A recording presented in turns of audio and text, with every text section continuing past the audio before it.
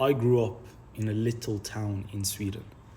It was around a population of 10,000 people.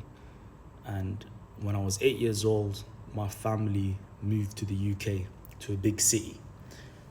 And the difference that it makes to how you perceive things when you go from living in a small town whereby everyone knows everyone, things are everything's just small, everything's small, close knit, and to go from that to a massive city, it changes everything. You The way that you perceive things completely changes. For example, had I stayed in that town from age 8 till now, my perception of things and what I think is normal would be dictated by the norm of that town itself.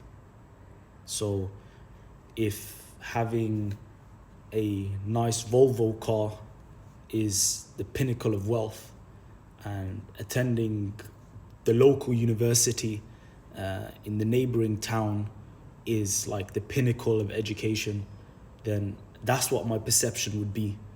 But when you go from a little town to a big city, you end up seeing the world and seeing cultures and people's ideas that you would have not been exposed to. It's incredible what level of difference it makes. And your perception of what's normal and attainable completely changes.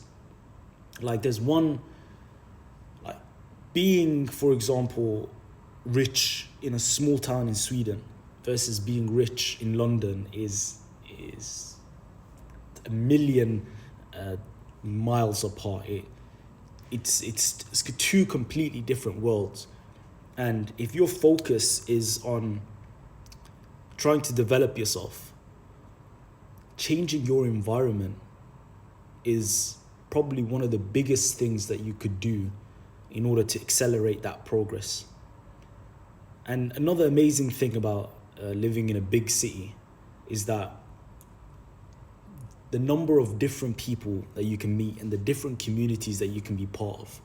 If you live in a small town and you've got a really niche hobby, perhaps it's not even niche, let's say something like Brazilian Jiu-Jitsu, or I don't know, a certain type of knitting or something along those lines. If you live in a town like I did, which was a population of 10,000 people, there's only so many people who will be interested in that thing. And it'd be hard for you to come